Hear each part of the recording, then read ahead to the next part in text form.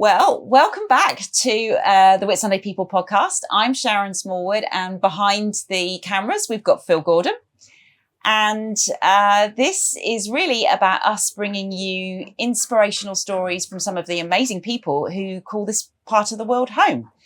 If you're watching this episode on YouTube rather than listening to it on Spotify, you're actually going to be able to see that I'm sitting on a boat for a change. And this is not just any boat. This is one of 38 luxury catamarans in the Whitsunday Escape fleet. And I'm here with Whitsunday Escape's Managing Director, Trevor Rees. Welcome to the podcast, Trevor, and thank you very much for taking time out of your busy schedule to come and share your story with us. Yeah. We're actually on the eve of Trevor's retirement, which was the catalyst for doing this, which we're going to get into a little bit more as the conversation plays on. But I just want to really start by introducing Trevor, because I think for those of us who live in the Whitsundays or have lived here for a long time, you probably don't need much introduction, especially for people who live and work in the tourism and marine industries. But of course, not everyone does. And so there are a few things that you do need to know about Trevor if you're one of those people. Trevor, as I said, is the Managing Director of Whitsunday Escape, has been so for the past more than 25 years. During that time, he's built the company up from a relatively small yacht and houseboat rental business into the largest bareboat fleet in the Southern Hemisphere. And if you don't know what a bareboat is, don't worry, we're going to get into that a little bit later too. But in the meantime, another few things that you should know about Trevor are that he's also been the president of the Whitsunday Bareboat Association. Yeah, that's correct. Yes. WBOA, isn't it? Whitsunday Bareboat Operators Association. Correct. Yes. You've been the chairman of Tourism Whitsundays previously. Whitsunday Marketing Development. Yeah, which became Tourism correct. Whitsundays. Yeah. You have played an integral role on some of the executive boards that are broader than the Whitsunday. So things like the Tourism Reef Advisory Committee, TRAC. Correct. Yes. APTO, the Association of Marine Park Tourism Operators. Yes. Whitsunday Conservation Council. No, but the Whitsunday Local Marine Advisory Committee. Yes, yep. the LMAC. Yep. Yes. LMAC, yeah. You're a staunch environmental defender. Those are some of the words I'd use to describe you. And Trevor was actually one of the key figures involved in a successful campaign to ban capital dredging on the Great Barrier Reef, which is a pretty huge achievement and something that, again, I think we're going to be lucky enough to hear a bit more about. Last but not least, Trevor is a husband, a father, a friend, a mentor to a lot of people, a keen sailor. And on the eve of your retirement, you lucky, I can't say the words, is about to go sailing off into the sunset, literally, with his wife, Julie. I'm so jealous. So sitting here with me now, listening to me rattle this list of achievements and accolades and things that you've done off, I have to wonder, Trevor, when you were growing up half a world away in South Africa, did you ever imagine that this was where life was going to take you? Not at all, actually, to be quite honest. Where did you think you were going? I had no idea if I go back and sorry, Shona, first need to thank you for those lovely, kind words. Oh. Okay. Well, I meant every single one of them. Yes, if I go back in time, I went to school in Cape Town. I grew up during the apartheid era. Wow. In South Africa. I came from an English family. I was compelled to learn Afrikaans to get through school, to pass school. My parents not obviously, but certainly were an influence on me. And my father was quite vocal in his opposition to apartheid, to the point that he was finding himself nearly in trouble with the government. I came from a white family. I grew up in a white neighborhood, and, unfortunately, in hindsight, had very little to do with most of the population of the country. At the time, all the male white kids that came out of school had 2 years of compulsory military service. And I was in a fortunate position that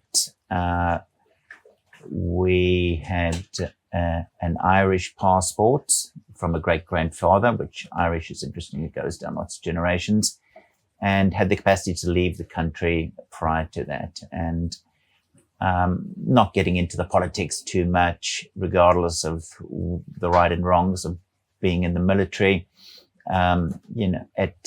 At 18, thinking you're going to be locked away for 2 years doing military training is not an exciting thought. And 2 years at anyone that age is just a lifetime. And so the opportunity came where we, as a family, sailed out to the Caribbean. So your parents sailed? Yes. So I grew up in a sailing family. We raced dinghies as kids in Cape Town. An interesting place to learn to sail. It just blows like anything. So, yes, yeah. So a baptism in probably the worst weather you could imagine. And anyway, certainly, the weather's only got better ever since. But, so yes, as a family, ended up in the Caribbean, and I promptly got a job as a charter boat skipper in the Caribbean, and had various roles. And after 3 years, ended up meeting my wife, we weren't married at the time, but who effectively was the charter cook on the boat I was skipper of, as it is, and ended up managing a small bareboat company called Caribbean Yacht Owners Association. And that had 15 boats. It's still going today, actually, and it's still operating out of St. Thomas. Anyway, I did the sailing bug going back a long time, and you did ask where I thought I would end up. But as kids, we used to read sailing books of trips around the world and Chichester and others, and the bug was there, and the enjoyment of sailing was there, and we'd saved up enough money to buy a 36-foot sailboat, and enough money to go all the way around the world. And so we set off, and from the Caribbean. From the Caribbean. And we were going to sail all the way around through Panama, the milk run, through the Red Sea, through the Med, back to Caribbean. And the company was more than keen to have me back. Anyway. So when you left, just backtracking, when you left South Africa with your parents and sailed as a family to the Caribbean, did you went across the South Atlantic, did you? Correct. And into the Caribbean that way? They call it sort of the milk run. It's pretty much all downwind. Yes, via St. Helena to Brazil, and then up through the islands. I worked in probably most of the islands, St. Helena, St. Thomas. Were there siblings on board? Yes, I had one brother. Yeah, okay. Yeah, and he also ended up in the charter boat industry, and he's actually living in New Zealand as a yacht broker. So anyway. Wow. Okay. All right. So that's another story. So, okay. Yeah, we're certainly spread out. So we set off from the Caribbean to Panama, and so I just want to backtrack again a little bit. So this 36-foot boat that you and your first wife Katie had. Yes. It was a monohull, yes? Correct. Yep. And it was a ketch. A ketch, yeah. So just for some context, the boat that we're sitting on right now, this is this is a catamaran, and it's a power catamaran. And how big? Oh, it's how twice. Many feet? It's more than twice the size. So this is 44 feet. Yeah. With two hulls. Yeah. And you were on a boat that was 36 foot with one hull. Yeah. Two masts, but one hull. Yeah. That's quite small. Well, for me at the time, it was more than adequate. and to be quite honest, I was just chuffed that I'd managed to achieve that at that age of my life, and at that time, you're bulletproof. Yes. You can get a job wherever you go. You can find work. You can do whatever you like, and so we set off. On this trip. Going through what was your route through the Caribbean to Panama? To the San Blas Islands just before Panama, where we spent a month, and then around Christmas, and then headed through Panama, timing it sort of with the best time of weather. Canal, obviously, through the canal, and then through to Galapagos, Marquesas, sort of the route that just about everyone takes. It's all downwind, and we got a visa. We were going to spend 9 months in French Polynesia, which we effectively did. But yeah, on the way, and I guess this is part of the story. It sure is. I know this bit. Spoiler alert. I know this bit, and this is really quite something. So go on. Yeah. So my wife, we'd been together for quite a while, and had convinced me, and probably rightly so, that she could not get pregnant. Fell pregnant, and we. Anyways, we found out we were pregnant in the Galapagos, and really just terrible timing. You know, you've got trade winds against you. You'd have to sail against dead winds. It's just about impossible to get back the other way. So we thought, well, okay, we'll continue with this. We'll have a plan. We'll get to American Samoa, and that sounds like a nice place to have a baby. And we'll get there in plenty of time and have the baby. So that was the plan. And how old were you then? I was just on 27. Okay. Yeah. So we spent some time in French Polynesia. No hurry. Yeah, Katie had all her checkups and everything was good, and we're both healthy and fit and all of those things. And then we were heading off from French Polynesia to American Samoa. Yeah. And we stopped at a place called Suvero Atoll, which is an absolutely amazing little atoll halfway between. Heard of it, yeah. An interesting story about that, which is also sort of unique. As a kid, one of the books I read was called An Island to Oneself. Yes. I can't think of the author's name off the top of my head. And he was a New Zealander that spent 6 years there living as pretty much a hermit on the island, and wrote a book, and was sort of intrigued about it. We had a copy of the book, and there was a Cook Island, it's part of the Cook Island group. There was a Cook Island caretaker family there, and we had the pleasure of handing this book over to them because I'd never heard of it before. Wow. And anyway, the long and short, the trade winds were pretty fierce, and it blew and it blew and it blew, and we had 25, 30 knots, which is probably not unusual for the trade winds. And then it started running out of time because Katie was due. And so we decided, look, we're just going to have to cut our losses. Let's get going. It's all downwind, not a big problem. And so we headed off to from Suvero to American Samoa, and it's only 2.5 days approximately. So it's not a massive trip. And they would have allowed a good 5 weeks for the baby to come. Anyway, Katie was quite seasick as soon as we got left, and then 9 o'clock the first night, she broke her water. God. And went into labor. And we, at that time, there wasn't even such a thing as an eBurb.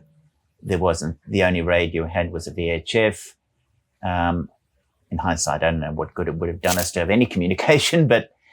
And the weather wasn't good, was it? No, the weather was a good 35 knots with the headsail up.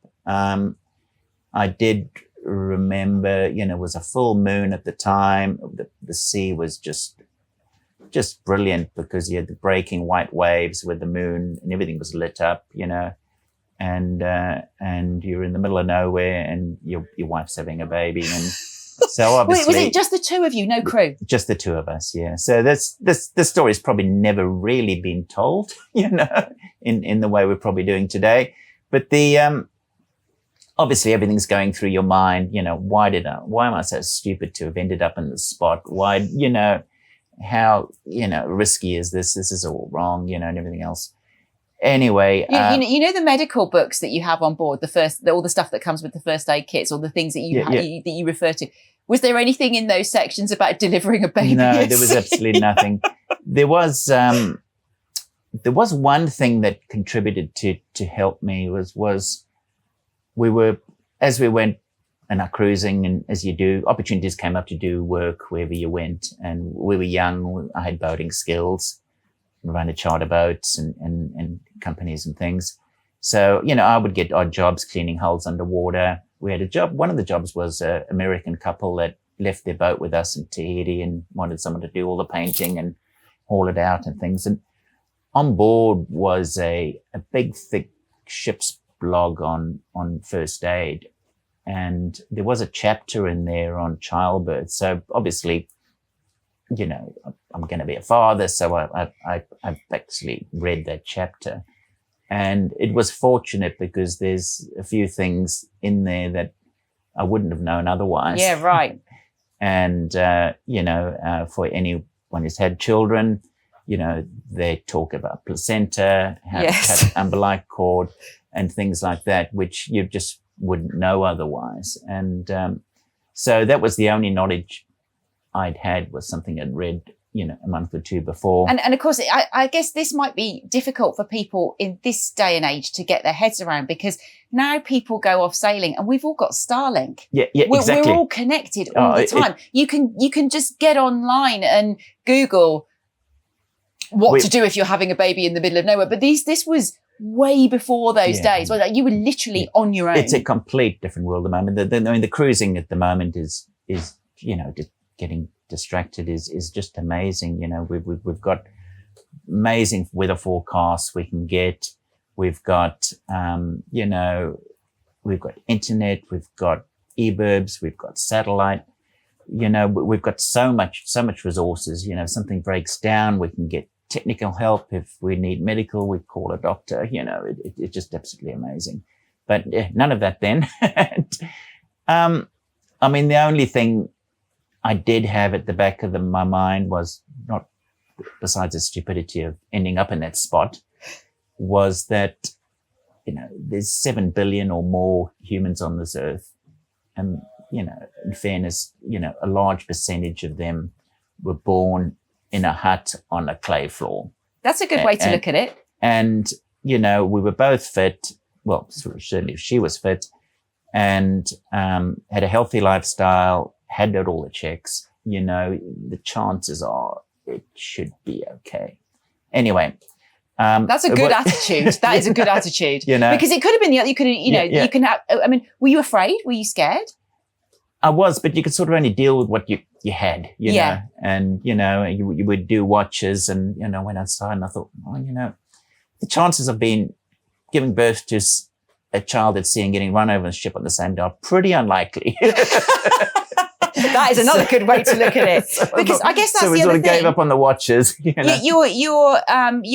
You're on passage, just the two of you already. So already you're in a watch system whereby you're having to, for anybody who's watching or listening who doesn't understand how a voyage works, if you're short-handed, which is what this is called, when there's only two people on board, you're having to split the 24-hour clock into sections where each one of you takes responsibility for the boat, and that means being on watch, literally. So you're looking out for, like you said, shipping. You're responsible for looking at what's going on with the wind, whether any sail changes are needed. I mean, you've got to feed yourselves as well. There's all those sorts of things, and you have to get sleep. You can't just stay awake for 24 hours at a time, days on end. This is, you know, the other person has to rest. And of course, this all goes out the window, doesn't it? So she's having a baby, which you get no rest from. You're the father at the bedside, which you get no rest from. You're now the doctor as well, having to deliver said baby. So this is all, and it's blowing 35 knots. Yeah.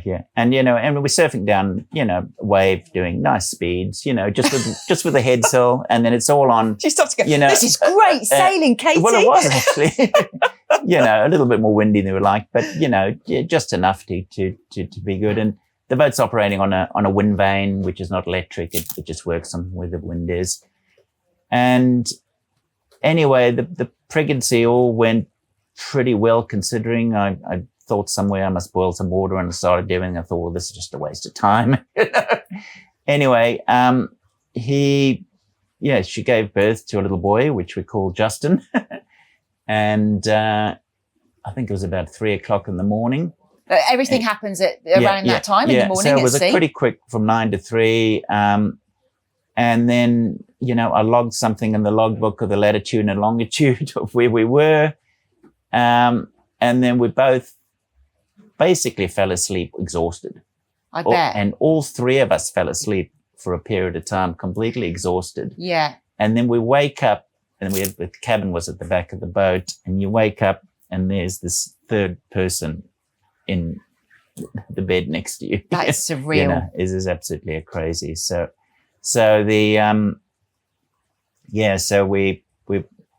made it into, eventually, believe it or not, the next day the wind just completely died. Of course. Of course. And then we motored another day and got into Samoa. The placenta came out. I cut the umbilical cord as instructed, which for anyone who wants to know actually isn't all that complicated. And it's just simply you take some gauze near to the tummy of the baby, and you tie it tight each end, and you cut the middle with a pair of scissors. And you had remembered that from Yes. this chapter that you read Yes. back in the Caribbean. Yeah, yeah. Wow. But it's sort of, once you know it sort of makes sense. But if you didn't know it, I don't know what would happen. So and then I kept the placenta in the fridge for a day, and then I got frustrated looking and threw it outside. But because you're supposed to keep the placenta in case, they want to see it or something, So we get into American Samoa, and, the story obviously got out with all the cruising boats, and they were amazed. The immigration authorities were obviously a lot more tolerant than they are in America today, but they were obviously a bit skeptical about the whole thing. They thought we were trying to do some sort of scam. Well, it's wild, isn't it? Because again, I suppose for people who might be watching or listening who don't know how it works when you're sailing around the world, when you depart, it's like any sort of travel, international travel, when you're leaving through an airport or whatever, you've got, you're on your own or with your family, particularly on a boat. Back then as well, we used to have crew lists and things. I know from when we did our own voyages, my husband and I through Asia, we'd have a crew list, and pretty much whoever is on the boat when you leave a port is who is supposed to be on it when you arrive at a port. So you've left a port with 2 people on board, and you've arrived at a port with 3. And no passport either. Yes, and no nationality. So what actually is Justin's nationality then? Well, he's a citizen of the world, is he? Or? Yeah, he probably is. He's anyway, we had a little bit of a hard time with immigration, as you probably expect, and the first thought they're doing, we had some sort of a plan to bring a child in illegally into America or something. It was part of American Samoa. And then, so we had a medical doctor's state that she'd just given birth and this, that, and the other. And anyway, fortunately, a woman at the American embassy, my wife was on an American passport, well, she was American Canadian, took sort of pity on us and, accepted that it's a child born to an American abroad. So technically they're a US citizen and they'll get a US passport. So anyway, so he ended up with a US passport. And his passport does say right now born at sea. That's amazing. So anyway, it's, and that's what his birth certificate says as well. So there cannot be that many people in the world that have that. Yeah. Look, it in hindsight, it wasn't a smart thing to do, but it was a set of circumstances that sort of came across us that, anyway, it's. Well, you don't. 5 weeks premature, that's quite a bit. Yeah, it was very, not thinking that much, but they had a lot of white wax all over him. I think that's an indication of early childhood. Yes. But fortunately, there was nothing else. Fortunately, not that early that he was so premature that he needed sort of incubation or anything like that. So he was a healthy, strapping lad from the get-go. Yeah. In hindsight, the hospital facilities were pretty horrid in American Samoa. So at that maybe time. It was luckier that you had the boat birth. Yeah. I think the doctor that saw her said, don't go in that hospital. Just leave with us while you haven't got any infections or anything else.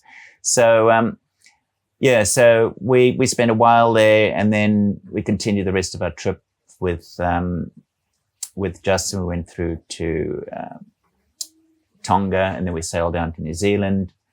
I spent a summer in New Zealand. I worked in a boat building company for a little bit, which was very hard work appreciate anyone who builds boats. Yes. And then we sailed over to Australia, got to Australia in 1988, ended up at Brisbane at Expo 88 in the Brisbane River. Yeah. And then by that time, my wife was expecting another child.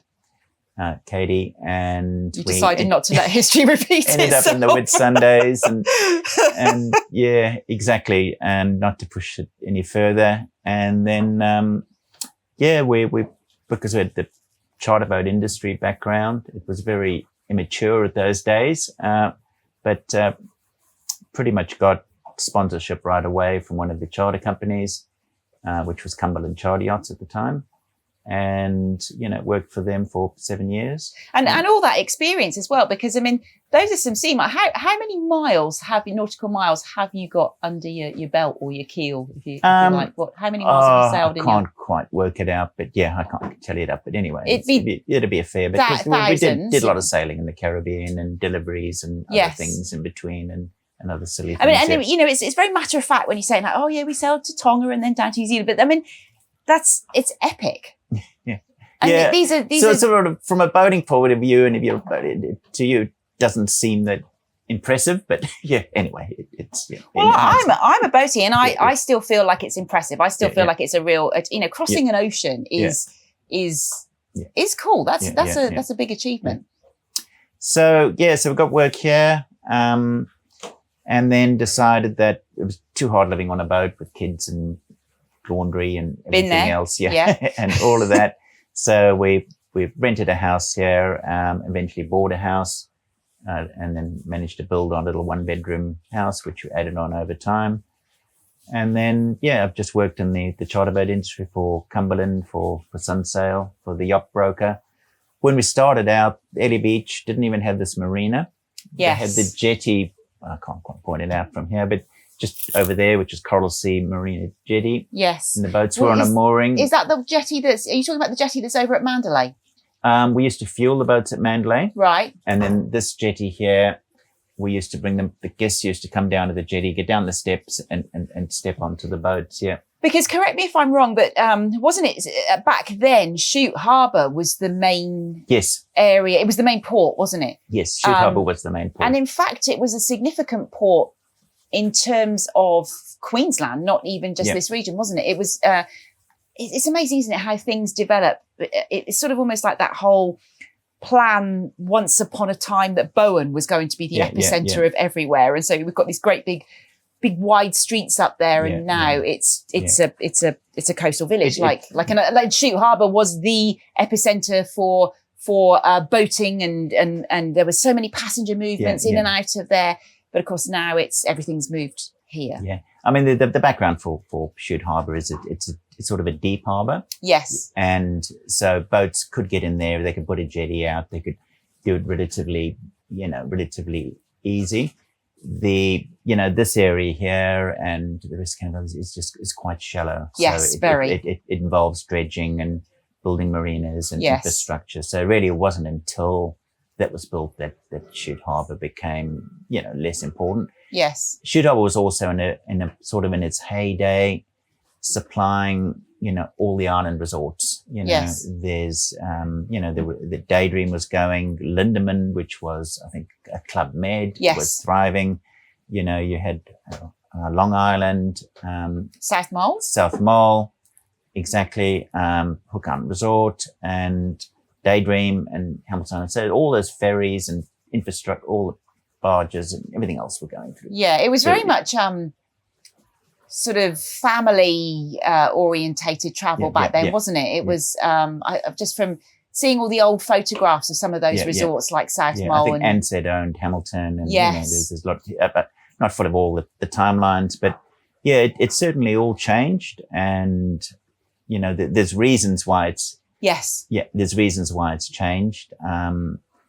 I think the one of the biggest reasons is that, Australia can't compete on price with what's been offered. And, there's two things out there that are hurting any island resort, or probably most resorts anywhere up and down the coast. And that's, obviously the cheap Bali holidays. Yes. And then also the cheap cruise ship industry, which is a whole story in itself. And of course, the cost of living, the dollar, those sorts of things. I mean, I've got family. The salary and wages, in my view, I'm distracting there a little bit, but I don't believe any island resort maybe besides Hamilton Island, and it's got a very diversified, economy with airlines and real estate and all sorts of other, a marina and so on.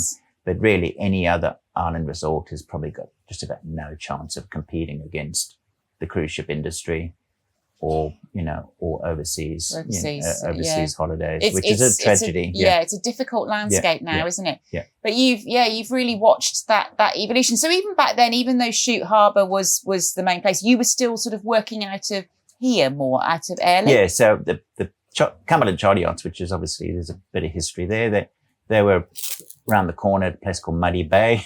Yes. That's where the office was, and we used to take the dinghies out to the boats on a mooring. The site of the current port clean of the Airlie. boats on the moorings, fix them the moorings, and then bring them alongside for our customers. And very, very primitive days. Yeah. And then they did build the marina. And that was Able Point Marina back then? Yeah. And then, and that progressed, fairly well.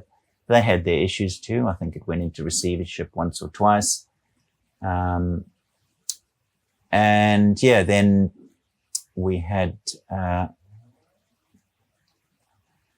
so then anyway, long and short is I eventually got a job working at the yacht broker at this marina, Coral Sea Marina, which is called Able Point Marina. And the job came up as an operations manager for Whitsunday Escape. Which was, as I think I mentioned in your intro at the time, it was a small, quite small, renting yachts, mostly monohulls, I presume? It had monohulls and some very sort of, for want of a better word, sort of rusty sort of houseboats. Okay. But knowing my background had all been in that industry, and after a short time, I realized the potential, and we got the offer of getting involved. This is once you were working there. So I was working there as the manager. And they offered you the opportunity to buy into the company. Correct. Yeah, and and that came through, and you only get so many. I believe you only get so many opportunities in life. And I came home that night, and I told my wife at the time, and I said, we've just won the lottery. Because I could see the potential. Yes. What we could do, what we could turn around, and everything else. When you say you could see the potential, just unpack that a bit more. What was your vision? What did you see? Do you feel as though some of the things that you saw have come to pass, have come true, or was what was just talk us through that.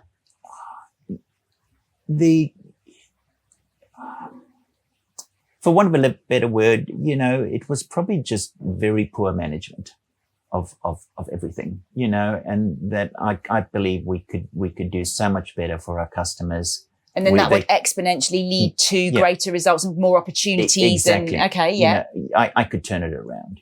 We could maintain the boats better so they didn't break down. We could clean them better so people were satisfied. That was all there. And then, whether you'd find new investors or not, I mean, that's the risk, we could have found no one else to put a boat with us, but just had the confidence that probably could, you'd go to the boat shows and you would tell them about it. And, eventually new owners put the boats with our fleet. And so I guess this is where, a couple of things here. One is what the business model actually looks like. The other is this term bareboat that we mentioned before. So for anybody who is listening or watching who doesn't understand what a bareboat is, please explain. Okay, so a bareboat is effectively a boat that is rented or chartered without a skipper or crew. Simple as that. And the term is far from bare. Yeah, it's certainly far from bare. Well, in this case, but you can actually. The term is actually used for things, even, believe it or not, oil tankers. You can actually bareboat an oil tanker if you want. Why would you want to do that? Smuggle oil out of Russia. Okay, all right. I shouldn't bag it. We haven't done it. We don't know. It could be a really amazing experience, but all right. It's probably lucrative, I'm sure. Yeah. But so really, it definitely refers to a boat without a skipper or crew. Yes. And as you say, there's absolutely nothing nothing bare about them. You know, They're fully equipped. We take a production boat and probably spend nearly $100,000 on getting it ready to be a bareboat, which seems counterintuitive. Yes, yeah. you know, by the time you buy the dinghies and the outboards and the TVs and the blue lights and the extra water tanks and fridges and generators and everything else that come with these today. And so really they're right now are, you know, particularly the catamarans are really very comfortable on water accommodation. Yes. It's almost like having an apartment on the water. It's a floating apartment, basically. You've got, you know, you've got hot showers, cold showers, you've got deck showers, you've got refrigeration. You've got indoor, outdoor living. You know, you can even have Starlink if you want. You can sit at wide and watch Netflix if you want. You know, like, you know, not that you want to, but you might want to let your kids, you'll keep some little toddlers busy for a while. Or a lot of people don't want it. You know, they just want to go out there and want to disconnect. be able to talk to my teenagers and yeah, let's leave it switched off. Or no, I'm going to give Dad the password because he needs it for work. So this fleet of bare boats, which are not bare at all. There's 38 in the Whitsunday Escape fleet right now, but the way the business model works is that you don't own those boats, do you? So they're owned by individual owners that this is what you're referring to or who you're referring to as investors. So could explain to us how that works. So basically our business model is the boats, the investors in our fleet are boat owners and they're very valued. They're you know, we need to look after them because if we don't have them, we don't have a business. And it's not like an apartment block where you can bully your apartment owners around as much as you like and they're just going to have to cop it. You know, if we don't look after the boats, despite contracts and things, they can just sail away. Literally. They need, we do look after them. And that I think has been one of the strengths of Whitsunday Escape is we really put our boat owners, is our main worry. And so anyway, but getting back to the business model, we effectively get a commission for the bookings we make on the boat. And that's our sole source of income. And then we basically facilitate the repairs, maintenance, cleaning and turnarounds and everything else on behalf of the owners. And everything to do with the customer facing. So from the briefing, so you have people who are qualified to meet the charter guests and teach them how to use the boat, use the systems, and then debrief them at the end. Correct. And you've got your reservations teams and your marketing. Like it's a big operation. There's a lot to it. It's a 7-day business. How many staff now? We've got around 35, 36 staff. Yeah. Okay. That's almost one per boat. And it's a high employment. You know, it employs a lot of people. And if you were to extrapolate it, you know, overlaid on that, you know, there's probably another 10 or 15 full-time jobs in the mechanics, electricians, boat yards, sailmakers, cushion trimmers, everything else involved in that. So it does employ a lot of people in the town. And you know, they're pretty good paying jobs. I know tourism always gets sort of a bad rap, but you know, half our staff have got their own boat. 2 or 3 of them have got own more than one house. Yes. You know, and they just middle management, lower management, you know, briefers that look after the boats. And so it does work. So as the company's grown, it's also helped grow the area and it's helped grow families and it's been a big contributor. And then, you know, the other fortune, just looking after our boat owners, I think it changes a little bit as well, but we've got probably 4 boat owners that have got this second or third boat in the fleet right now. Well, that's a sign of confidence. And then we've got probably 4 or 5 that have actually got more than one boat in the fleet. So they've got 2 boats or even 3 at some point. So they're not buying a second boat because they want one for their wife to go on. They're buying one because they believe the investment is getting enough of a return for them to justify it. Yeah. And so the boats we look for are, you know, either brand new or near new, new boats. And then we we're pretty much sticking to production boats. Yes. So that'd be the Lagoons lagoon, and leopard, leopards we haven't got any fontaines, but lagoon, leopard. You got sea winds. Sea winds, they're probably the main ones. Aquila. Yes. Yeah, those are the main ones we've What are we sitting on right now? This is a leopard. Leopard, right? Okay, leopard power. Yeah, and so they're production boats, and the reason for that is they need to be built to a certain standard, and all those manufacturers build their boats at a standard that's recognised by Yes. So there's quite a lot of regulation. Yes, there is in the background that sits behind everything. In fact, I think Australia is. You can probably correct me if I'm wrong. I should know this because my husband's a marine surveyor, but I think Australia is the highest regulated country in the world in terms of those. Yes, I'm sure it is. Yes, there definitely is. The regulations pertaining to our industry are far superior than anywhere else. Which I suppose, from the charterer's perspective, is actually almost a plus. It is comforting because yes, that what you're not renting some old bomb that hasn't had to pass any standards or anything. Like there's actual structure in place that makes sure that you have to be getting something up to a certain standard, which is not the case everywhere else, is it? And that is, I think for some people, comforting. If you're taking a bareboat in Australia versus something in Thailand or somewhere else, the water's safe to drink, the standards, the fire extinguishers work. If anything goes wrong, we've got the best, emergency support services systems in the world. Yeah. We can have a helicopter land and take someone off. We can, we can, you've got all that support that Australia has naturally.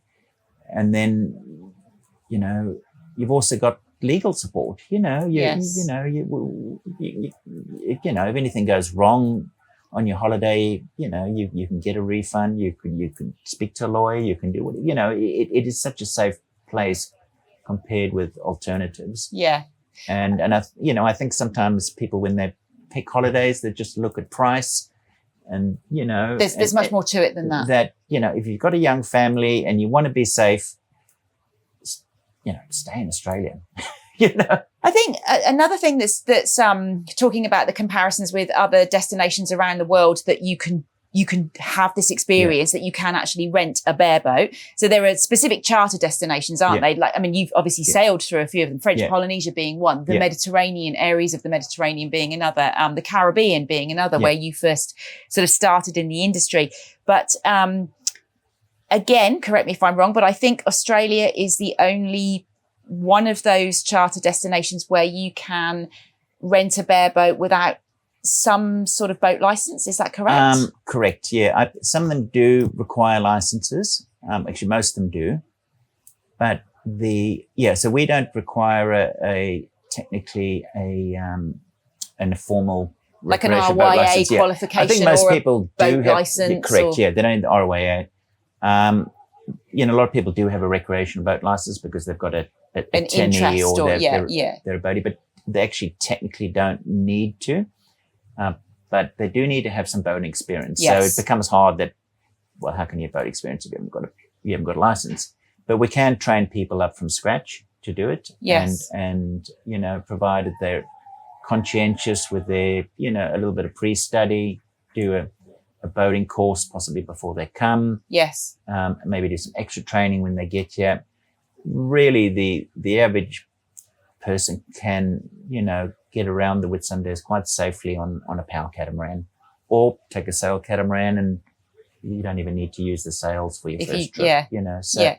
And that's for a lot of people, what they do, and then they'll come up a second time and a third time, and as they go, that their boating experience becomes stronger and stronger. Yes. And the reality is that, if someone can successfully sail around the Whitsundays on one of our particular sailboats, they can actually go anywhere in the world, because the skills they need are nearly the same. They need to be able to, read a chart, understand GPS, anchor the boat, Yeah. you know, Pick up a read the mooring. weather, Yeah. you know, all of that. And so it is a lovely way for anyone wanting any boat actually to learn. Try before you Yeah. buy. Yeah, exactly.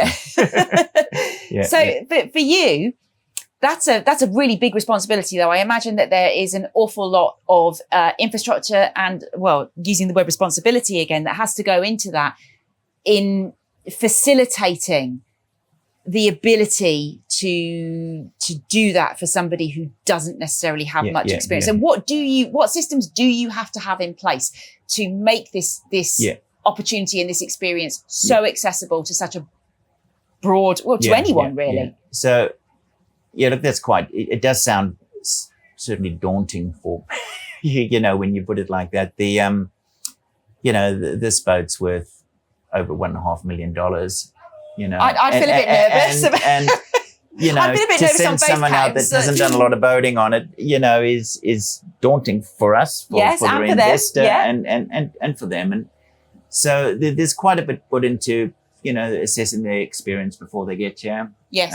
Then we do we send quite a bit of documentation to read as well before they get here. Then we do a thorough briefing. We'll walk right through the boat. We'll tell them how to manage the batteries and the engine systems and everything else. And you actually have briefers take them out beyond the marina walls, don't you? And do things like raise sails and pick up moorings and so we'll sit down with them, you know, for 45 minutes to an hour or more if needed, you know, and confirm that they know how to read a chart and to navigate using a chart. Yes. Then, you know, we'll walk through the boat, and then we will take them out on the water. We'll pick up a mooring together. And a powerboat. We'll drop the anchor and teach them how to set it. Yes. Talk about everything in between.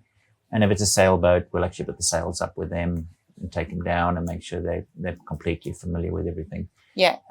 So there is quite a bit. We do talk to everyone every day and check their plans. Yes. So you don't just see you later. And confirm what anchorage they're going to. You know, a lot of the Whitsundays now has moorings. You know? So, I mean, they'd still need to be able to anchor, and there's some anchorages where they'll have to, like Whitehaven Beach, for example. But, you know, for a lot of other places, they can just pick up a mooring. Yeah. You know, which still sounds easy, but not necessarily. You know, it's still got its challenges. So, not to be dismissive that it's too easy, but it's not that difficult either, you know, and it really, the customers we have, you know, sometimes the most success are the ones that are a little bit of a novice, not that experienced, but they listen to what we ask them to do. And it's the ones that think they know it all. Yeah, I've been there, I've done that, I'm going to do this. And that often get the ones that get caught out. Yeah. And so, a little bit of humility never goes awry. You know, it's interesting. I mean, touch wood, you know, our insurance claims record per boat is lower than the average private vessel. That's right. So that says something, you know, and that's the fact that the boats are actually going out a lot more than the average private vessel. Yes. You know, in terms of its use, it's probably doing, you know, maybe 160, 180 days a year. There's not many private boats that are doing 160, 80 days of use a year with 25 different skippers. Yeah. You know, and yet they've got a lower insurance, you know, insurance claim history. That's a real credit to you. So it's, there's a lot of misunderstanding from the industry. Yeah. So, once everybody's got out there, talk to us a little bit about out there, because you and I are both very familiar with the Whitsunday Islands and what they look like, and the magic that is literally out there, and how that compares to, I mean, I haven't sailed nearly as many destinations as you have, but I've still been to other parts of the world, and you've got a very broad experience of cruising grounds in other areas. Yeah. What is it about the Whitsundays that is so good? There's probably about 3 or 4 things that no one else has. And the probably the single biggest one there is it's still uncrowded. It's unspoiled. Yes. There's a cap on the number of charter boats that, Yes. they have to have a marine park permit. There's only so many permits available. Yes. And the same with the fully crewed charter boat, the other charter boats in the industry. So there can only ever be so many charter boats.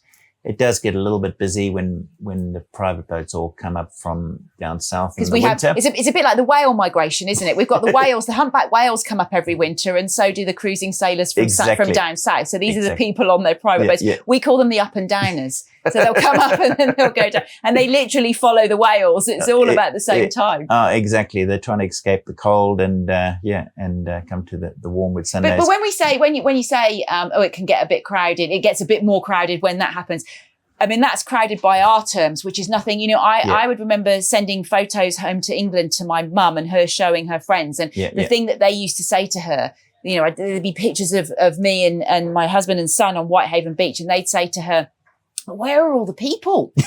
And that's the thing that constantly blows me away when I go out there, is that you can be walking down a beach and you're just so conscious of the fact that you're the only person there, or the only small group, or that there's hardly anyone else. Whereas, say, in Europe or a lot of the other places that you would have seen firsthand, I mean, you're shoulder to shoulder with people, aren't you? It's like the beach towels around the swimming pool. Well, as a boatie, you can't even find somewhere to anchor. It really, and it's become stressful. But the Whitsundays, even saying it's crowded, I know for a fact I can, if I want, in the busiest weekend of the year, whether it's Easter, school holidays, or New Year, Christmas, I can find an anchorage and a beach to myself and be the only boat in that bay, and the same bays that all our customers are allowed to go. Yes, they will migrate to, the key sort of spots like Whitehaven, Hill Inlet, up some of the new ones, Butterfly Bay, Blue Pearl Bay, but if you do want to get away from,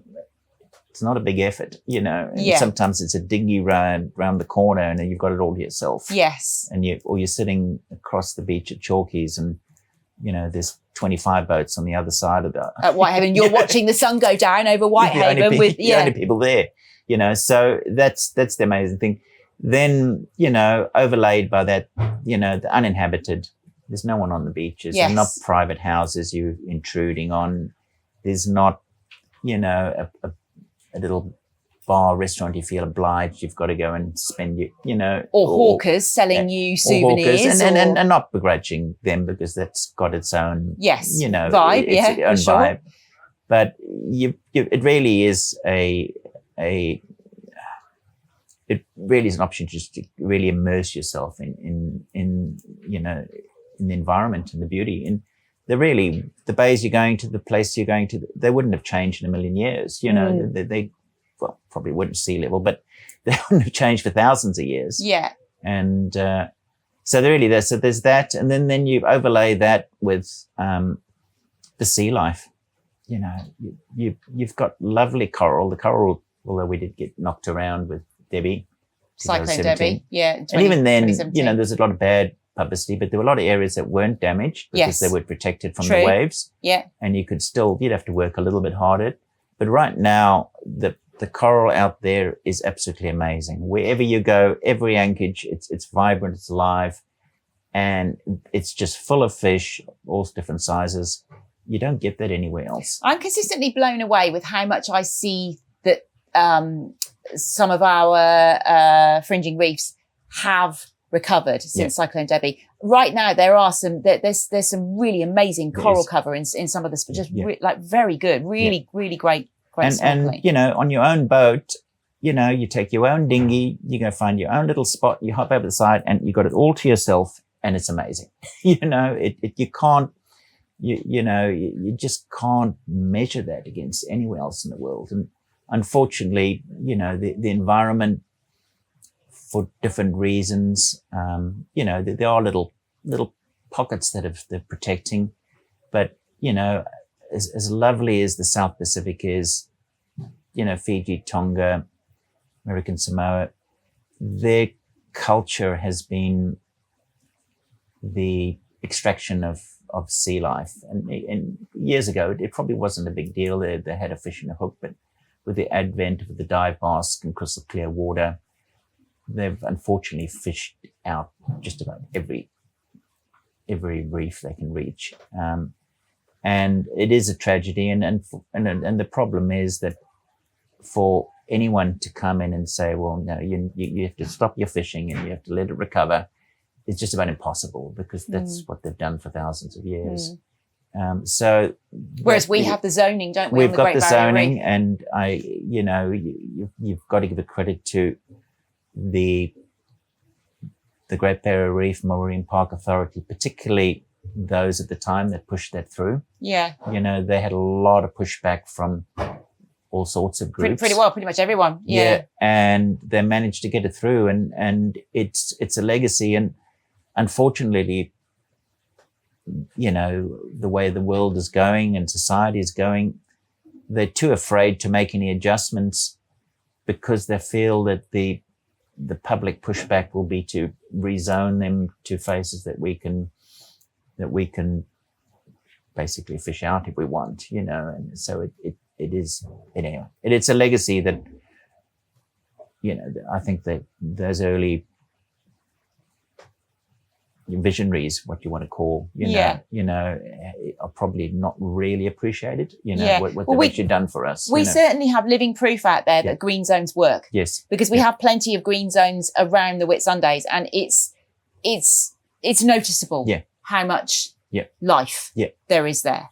It certainly is. And I don't want to, we're all contributing in our way to polluting the earth. And I don't want to say that live in a glass house. But we're also all contributing, I guess, in the majority, I'd like to think in the majority, we're all contributing to doing what we can to preserve as well. And we went out after the cyclone. The last little cyclone we had was Category 1. I've forgotten, what was it called? Yeah, no. Anyway, that blocks out of my memory. I don't like remembering cyclones. Zoe or something. Anyway, we went out just afterwards to clean up one of the beaches, and we hardly found anything to pick up, which is just so different from 20 years ago. Yes. So that we have come such a long way. If you go swimming or snorkeling in Europe, there is so much plastic bag and garbage on the water. You wouldn't even attempt to try and, make a difference. Whereas you just don't see it. Yeah. Although we are very lucky with our local eco barge setup and volunteers. That eco barge is an organisation that goes and collects rubbish from some of our island beaches. But it's a contributed, all the cruising boats, the private boats, shipping, and charter boats, everyone, is making their little difference. Yeah. And you go on a tour, and I don't want to bag the Med, because there's some lovely places, but you go on a tour and you're going to these beaches people go to every day, and there's all this litter all over the floor.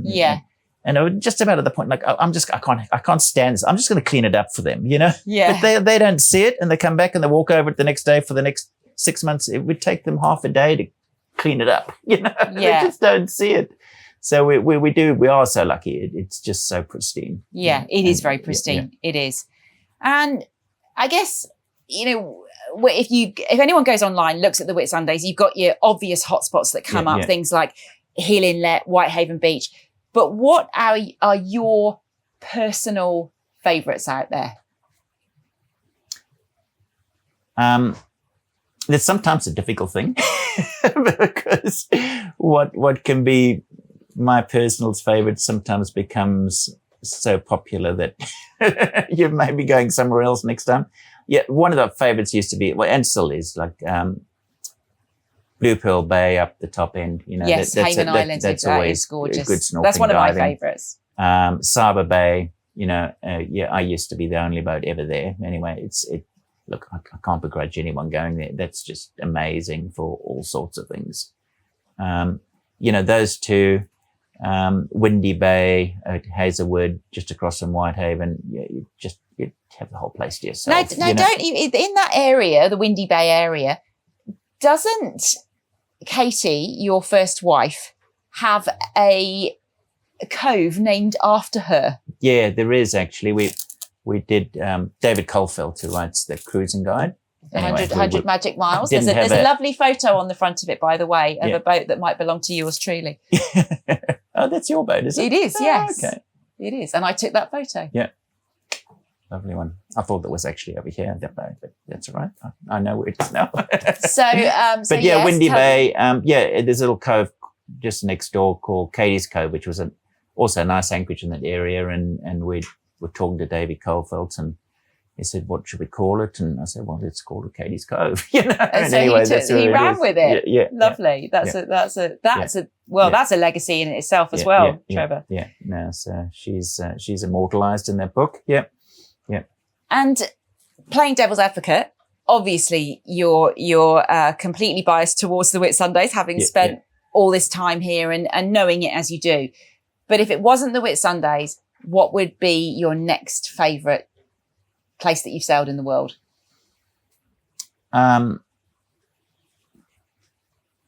It's probably the Coral Sea. Yeah. Okay, so only a hop, skip and a jump away, just really? A couple of hops and the jump away, yeah. So the Coral Sea atolls and little islands are just completely amazing. And they're so amazing, I just about don't want to talk about it, Yes, okay. Keep some of those spots I'm going to, but it's only an overnight sail from where we are. Yes. And then that is completely before the world, before humans wrecked everything. The birds are so tame, they just sit on the boat. You got to shoo them out of the cockpit. It's just. So the Coral Sea Islands, again, for anyone who's listening or watching who's not aware of what we're talking about, outside the Great Barrier Reef, but still within Australian territorial waters, there is a chain of reef systems, I suppose, that parallel the reef. And they run pretty much from the southern end of the reef right up to the top, don't they? Yeah, they do. Yeah. And it's places like the Lihu Reefs and Marion, Diamond, East Diamond Islet, Ken Reef. Yeah, there's Ken. I thought Ken Reef was a bit further out. They're a bit. They're all scattered. They're a challenge. You obviously can't charter a bareboat to go there. So.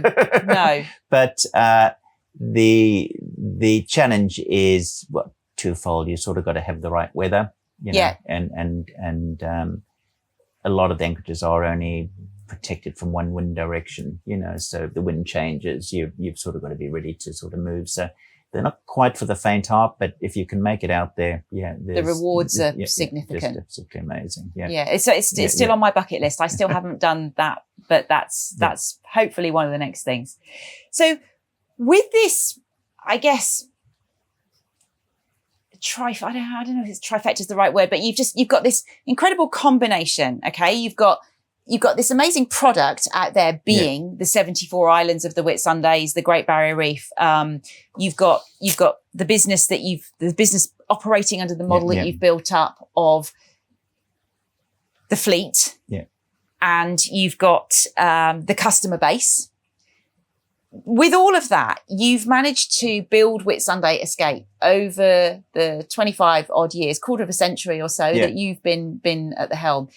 You have built the business from this small little rental with the rusty houseboats into this now award-winning business, because we're talking about this not just on the eve of your retirement, but there's also just been a spate of awards. So you most recently entered the Queensland Awards. You won. I think you won locally, which you do a lot. You've got lots of not this year, but anyway, you've got lots of Whitsunday Tourism Awards to your name. You've got several Queensland Awards to your name. You've won gold, silver, bronze, I think, before. And nationally, you've won gold, you've won silver, you've made it to this most recent round of Australian Tourism Awards. That's significant in itself. Yeah. But these last awards have also been your last. Yes, they. Because you are now retiring. I am retiring. I'm stepping down in July, and Jacqueline, who's been with us for 15 years, is going to take over the role. So we've had we've put quite a bit into a succession strategy, and we're working very hard of trying to pass on all the information I possibly can to her. But I will also be, at the end of the phone, and whether it's a Starlink phone. I don't doubt that for a minute. Yes. But and looking forward to it. It's a difficult chapter because I've enjoyed what I'm doing, and I'm really leaving a family of friends, because they're all our family, so yeah, it is difficult. Yes. And I guess you really do. It's obvious. You can see how much you believe. This is not just some sales pitch. You believe in the product. You live and breathe it. Yeah. To the point where you are actually this retirement plan for going sailing with your wife Julie, and going off on your own bike, on your own boat, which is called Escape Artist, by the way, very apt name. You are literally, I think I said this to you before in private, practicing what you preach. If that is not walking the walk, I don't know what is. So I think this is something else that stands out to me about the awards. You always enter in the category of unique accommodation. Yeah. And this is a truly unique piece of real estate, isn't it? It is. Yeah. Everything is just about unique about it, to be quite honest, And the boat we're going on, cruising on, is like nearly all of them. It's an ocean going boat. They're holidaying on, it's not a houseboat with pontoons. It's nearly all our boats you could just about put enough food and sail around the world on them. They're at that level of maintenance and safety and setup and everything else. There's just about nothing more you'd need to do. They've got so the boat we're taking is a charter boat. Was a charter boat. Well, it still is a charter boat. So you'd be pulling it out of your own fleet. Correct. Yeah. And I've certainly been lucky. The Whitsundays has been very good to me. And a lot of people, I don't know, tourism seems to have sort of a bad name, and I think people that believe it's got a bad name don't really fully understand it, because it's done very well for me, and it's doing well for lots of other little businesses around here. And as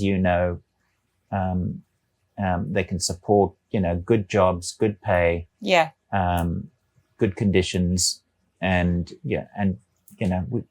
we're not sitting in traffic for 1 hour getting to work. No, we're certainly not.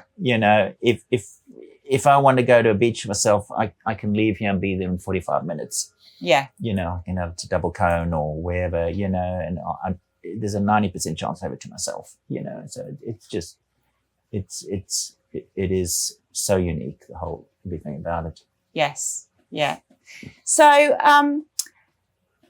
I guess looking back over the 25 years, what are you, or more, it's more really when you think about from the time you stepped into the company, what are you most proud of as you now look to walk away or sail away, more accurately?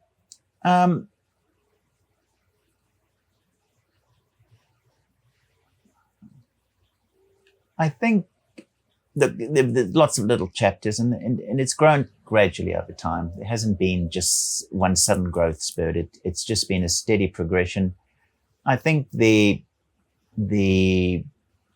systems and procedures and things we've constantly innovated over the years on different things, the way we do things, the way we sell things, what we use, what equipment, everything else, the constant, innovation where you could go to work, have a chat to the staff and just change exactly what you're doing the next day and test it and move on.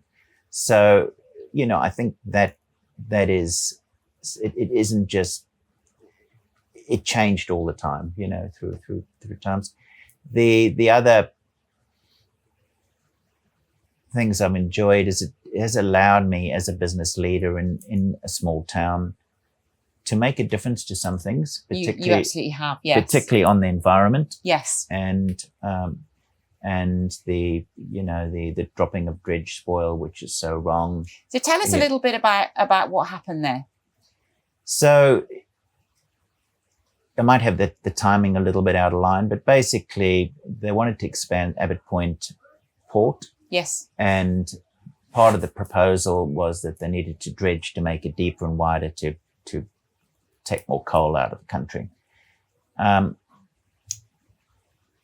The problem with that is they wanted to dump the dredge spoil. In fact, just about, I'm not quite on this map, but basically, if the map extended the further north, basically 3 miles. Far away. 3 miles north of Blue Pearl Bay, Butterfly Bay. And for someone who doesn't know, the method of dredging is that they basically use a big bucket. They scoop the mud or sand out of the bottom, which in most cases is a fine silt because it's next to a river mouth. Yes. They scoop that up, they put it in a barge, and then they take it out and then drop it over the bottom of the barge opens up like that just completely opens up, and they just dump all this mud out of the bottom of it. And the depth of the water out here, you can look on the charts, is 55 to 60 meters. So it filters down through that 55, 60 meters and sits at the bottom.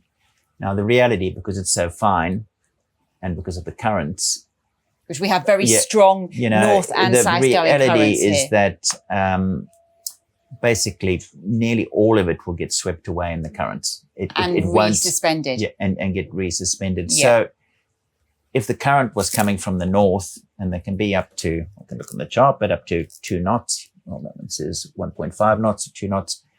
In 3 hours from dumping it, that plume of muddy water would drift straight over to all these coral reefs, all the reefs around the Whitsundays. And, the crazy thing is, Great Barrier Reef Marine Park Authority was going to approve these permits because that's what they were forced to do. And this was just the way things were done. And it just seemed just so wrong on every level. And so a group of businessmen tourism operators started campaigning. The local conservation groups were having no luck because they're just crazy greenies and no one's going to really pay them any attention. In the words of the opposition, not your words, I'll add. Yeah. So in their words, they're crazy greenies. So they were no luck.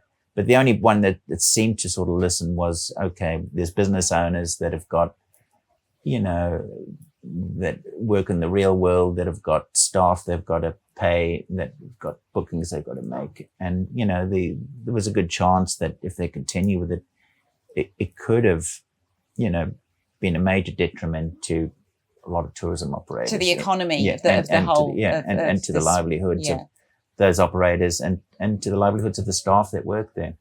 So that group got more credence than the local conservation groups and the other. Your voices gained traction. Yeah. Yes. And, we finally got a meeting with Greg Hunt, who was the Minister for Environment. Yeah. And I think 5 or 6 of us, I can't remember who, all went to the 25th story of some fancy building in Brisbane. And in fact, I took this chart with me. In fact, well, the one that covers the northern section, but basically this chart, the Whitsundays, and sat down in front of him and rolled it out and pointed out, well, this is where they want to drop it. This is what's going to happen. And he acknowledged, I've been up to the Whitsundays. I dived in Blue Pearl Bay, that's what he said. And anyway, so he could empathize with us a little bit, and they changed it. So they still do, unfortunately, maintenance dredging, but the capital dredging has been banned right up and down the barrier. Yeah. And capital dredging is new ports. Yes. And the silly thing is that they can still dredge, they can still build the ports. They've just got to build a bunding thing and put it on land. Yeah. And okay, it's a little bit more money, but think of the environment at the other end of the day. So it really just was a money saving exercise for the port authorities. Yeah. So how did you feel when you got that win? Because that was, I remember it well. I was at the papers at the time, and I remember reporting on it then, and it was a major win. It was, yeah. How did you feel? Oh, it was probably just more relief than anything else, because it was quite a long campaign, and it was interesting. I believe, I could be a little bit wrong there, but I believe George Christensen, who was the local member, he was the federal MP at the time. Actually put a one-page retraction or apology in the Times. In the newspaper. Yes, I remember that advert. He apologised to everybody and said I think his words were, "I got it wrong." Yeah, and it's very unusual for politicians anywhere in the world to apologise, except they've actually done and made a wrong. mistake. Yeah. So that was interesting. There's still other campaigns going on, which I don't know whether we've got time to talk about today or not. I'm not sure. Are you that you're involved in right now? There is one that I've been pushing personally, very hard, and that is the pollution coming out of cruise ships. Yes. Which is very misunderstood or not known. Yeah. And I don't know whether we've got time for it or not, but basically it seems beyond belief, but the cruise ships that are coming to visit the Whitsundays, and there's nearly 100 a year, anchor right here in the bay, 2 or 3 miles from that reef, probably 2 miles from the this is seagrasses in Pioneer Bay, which is the bay off Fairley Beach and offshoot harbour, off Long Island. Yes, and they're not doing anything wrong, but they're permitted to dump all their exhaust cleaning waste into the ocean constantly while they're anchored on those places. And the exhaust cleaning waste is basically an acidic sulfur wash that comes out of the exhaust. So they are allowed to use low-grade fuel. I'm trying to summarize this in a few sentences, but basically ships are allowed to use low-grade fuel provided they use scrubbers to wash the sulfur out of it. So we're not the end result is coming out of the exhaust pipe is low sulfur fuel. Mm-hmm. But the way they're taking the sulfur out of the fuel is that they are running the exhaust through a series of saltwater sprinklers. So they've got the engine, they've got the exhaust pipe here, they run it up, and then there's sprinklers all the way through of seawater that sprays into it, and that water goes down into the bilge or into the bottom of the boat, and then this nice white, basically clear, steamy, exhaust comes out the top. It looks all pretty. Everyone's happy. There's no sulfur in the air or less sulfur. Yet, where is it all going? And it's going straight into the ocean as an acid. And is this happening? This is happening everywhere that cruise ships that travel. This is happening. It's not happening everywhere. No, it's not happening everywhere. It's happening in Australian waters because Australia allows it. If they go to parts of the Mediterranean, they're not allowed to dump it.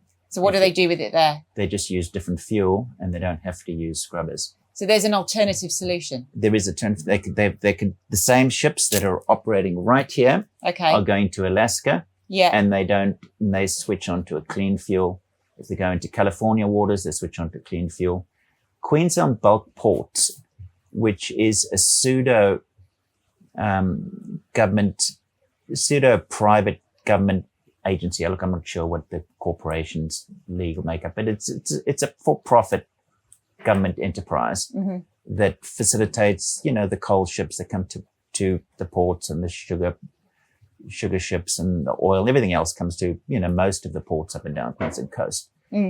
Put a submission to AMSA to ban the dumping of exhaust cleaning waste from all shipping, not just cruise ships.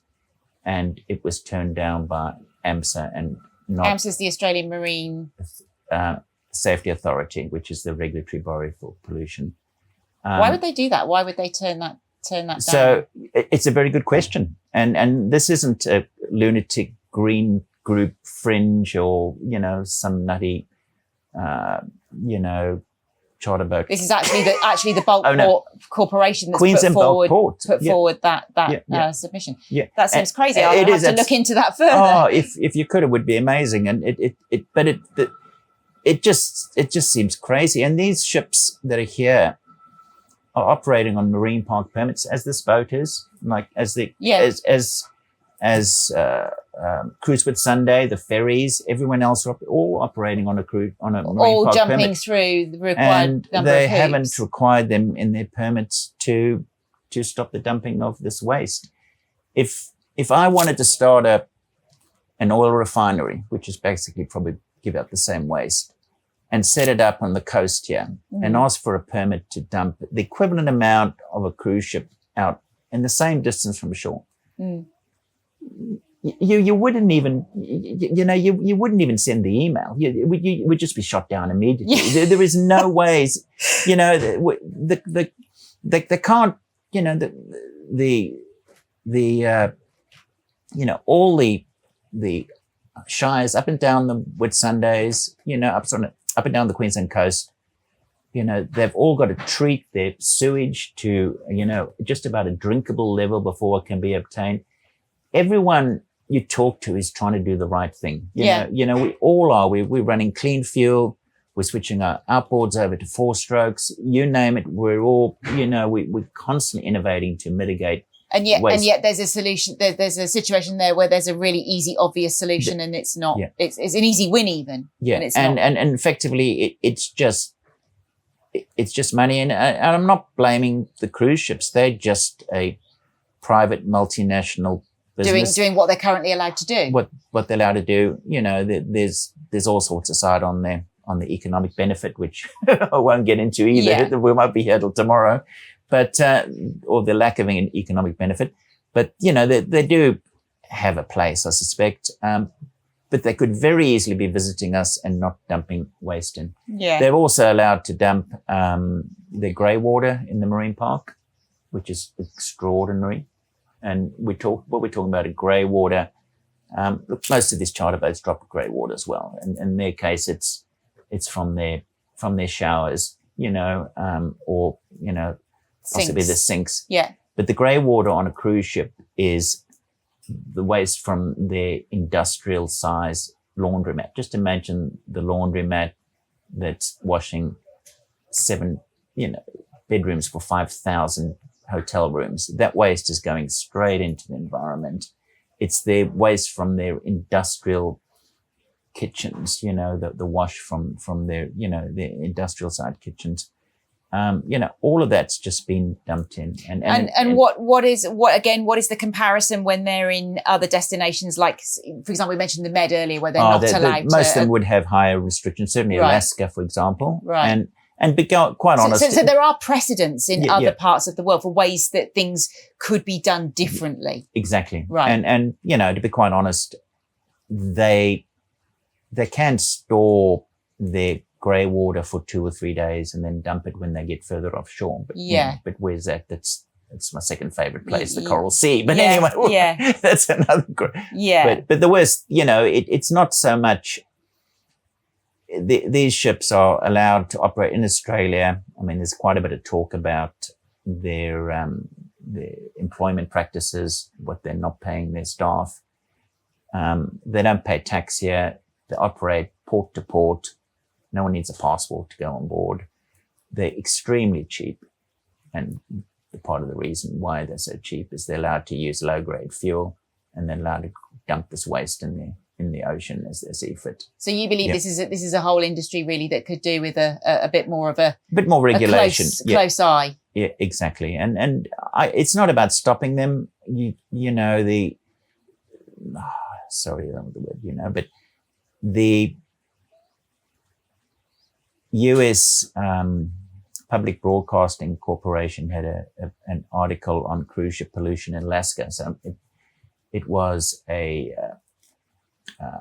anyway, talked about the dumping of exhaust cleaning waste in Alaskan waters. Yeah. And Carnival said to them they save $150,000 a week by using the exhaust cleaning system rather than using cleaner fuel because it's so much cheaper. So it really is just an economic economic saving. These ships are operating on a permit like ours. I don't see why they can't operate and have, similar discharge levels that everyone else has. Why we need to be subsidizing these ships at the expense of damaging the environment. And there's been no studies on, as far as I know, on the damage to coral reefs or seagrass. There have been a lot of studies done overseas, and it has proven that the waste kills marine life. This is often the challenge, isn't it? I remember with a lot of the dredging and water quality, particularly out here, there's been a lot of work done on water quality, and it's having data to back up any of these arguments. You've got to start somewhere with the data. And data takes time to collate, to acquire, all that sort of stuff. And so it's a long process. Yeah. But, what's the principle? If you're not sure of the outcome, the precautionary principle. Correct. Should apply in the marine park. Yes. If you're not sure whether this is going to kill marine life. Well, you don't let it happen until you've proven it can't kill marine life. And I think so it is very frustrating, and I've raised this at multiple levels with the marine park, with AMSA, with the LMAC. I've done presentations to the Whitsunday Conservation Society. I've done presentations to the Whitsunday Charter Boat Industry. I've done presentations to the Whitsunday Chamber of Commerce, and really, unfortunately, cannot get any traction. None of the newspapers want to run it because it's a negative thing against the cruise ship industry. And like the world that we live in today, they're going to lose their advertising revenue or by being negative on a cruise ship. So they're not going to run a story that's negative on cruise ship industry. So you've been fighting that for probably the last 3 years, and I haven't won that battle yet, but maybe one day. Well, I have a feeling that while you might be retiring from business, you're certainly not retiring from anything like this anytime soon. There's plenty to do still. Yeah. So, there really is. Yeah. What is your on an environmental perspective? What is your message, either of hope or of a call to action for the next generation? Because eventually, Trevor, we're all going to retire from this mortal coil, let alone from our jobs. So, in some ways, I've got quite a lot of hope for the younger generation. I think we'll have particularly young families coming up, and what the kids say about the environment and how amazed they are at everything. There's quite a bit of hope there. Unfortunately, the world politics have all gone in the opposite direction. And even the Labor government is improving more coal mines, and, look, some of them may very well be for the production of steel and other things. But look, I'm quietly confident that things will continue to get better. The Whitsundays is certainly much cleaner, probably more pristine, with the exception of the cruise ships, than it was 30 years ago. Yes. There's no doubt. The litter, the everything is just really, it's just in such an amazing position. So, that has improved. So going forward, I think, quietly confident that the next generation will take up the baton and continue to fight for the environment. Yeah. So when you set sail with Julie and head off on your, what do you think you're going to miss the most about this place? Well, we'll be back. Okay, there's no doubt we'll be back. I've got a house. The elastic band is not going to stretch that far. Leave, So we're planning to spend at least a winter in Tasmania. I've always wanted to get down there, and that appears to be a place that is also not very well populated. There's also a fair few environmental concerns down there. I think you may find some causes that are calling you there. Maybe you won't be so quick to come back. Who knows? Well, I don't know if they're even aware of the cruise ship issues. And on that, the newest, latest cruise ship in the whole world recently was the one, Virgin something or other, went down to Tasmania, and everyone had a hue and cry about all the steam that was coming out of the exhaust. Anyway, it turns out that this great, latest, newest, modern ship that you could just about, his inaugural trip was from Sydney 2 weeks before, is using this horrible fuel with exhaust cleaning waste. And finally they said, well, next time we come to Hobart, we'll switch it over to the other fuel. It's just amazing. So it's just so wrong. But anyway, that's a problem all up and down the coast. But yes, to get to the point, we'll be back here for sure. Yeah. I guess as much as the place, and it's really the people, isn't it? That you've built this, you've got this whole family that you actually told Phil and I a story earlier, which I'm hoping you can sort of retell now for everyone, which was about the family that you have built here at Whitsunday Escape, and something that happened during Cyclone Debbie when you came to in the eye of the storm. So we had all these. You were saying we had winds for 12 hours in one direction and then winds from 12 hours in another direction. But in the middle, in the eye of the cyclone, because it passed directly over us, you came down here and you tell the story. So we live in a cyclone area, and I've been here probably 40 years, and we've had little cyclones, categories 2s and 3s, and they're really not too nasty. They'll blow down a few trees and everything else. And we got a really bad one, which was a category 4, which was Cyclone Debbie. It was almost a category 5. Yeah, it was. But it was really bad because it was so slow moving. Yes. It just moved very slowly across the coast, and normally they'll pass over in a couple of hours, and 6-8 hours they're gone. This one just went very slowly, went straight over us, and the wind blew from one direction, which is the south, which is from that way. And the marina was actually relatively protected. And anyway, all the phones are down. We didn't have radios, couldn't talk to any of the staff, but we'd spent 3 or 4 days tying up the boats really well. Average boat had 17 lines on them, back and forth. It was like spiders' webs everywhere. And so we'd spent days tying them all up properly and doing everything we possibly could. And then the cyclone came. And then, so obviously, I'm at home and I'm just really worried about all the boats here. Yeah. We all were, yeah.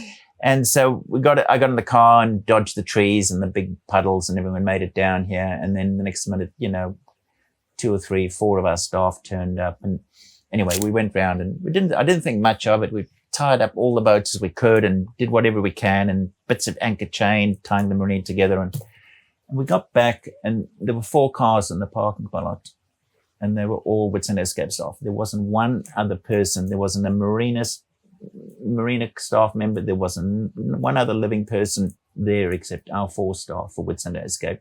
And that just so it just gives you goosebumps talking about it. It was just like, that's just amazing. These people really cared. I didn't ask them to come down. It probably wasn't safe to come down.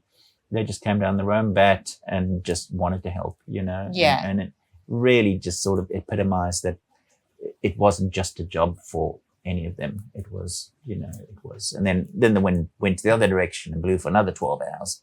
And that did actually quite a bit of damage to the marina. A lot of the pilings broke up and came loose, or the marinas just started breaking up. But fortunately, even then, none of our boats were damaged. And we went through the cyclone with not one damaged boat, which was just a credit to everyone, Yeah. But that certainly was one of the highlights. Yeah. Yeah. Yeah. It's always the people, isn't it? That pull at the heartstrings. Yeah. So there's no plans to go and complete that circumnavigation that you dreamed of all those years ago. You're not going to close the loop. No. No. Okay. No, I think the world's got too scary at the moment. You certainly wouldn't go through the Red Sea today. Okay. All right. Well, I have to say that, I mean, as an avid sailor myself, I said I was jealous earlier. I am. I'm extremely jealous. You're doing exactly what I I want to get on my boat and go sailing too. I do hope that someday in the not too distant future, we get to share an anchorage together. Yeah. And I'm sure we will. And in the meantime, I just want to say a huge thank you for sharing your story with us here and everybody who's listening and watching. And on behalf of myself and Phil and all the audience, I'd like to wish you fair winds and bon voyage. Okay, thank you very much. Okay.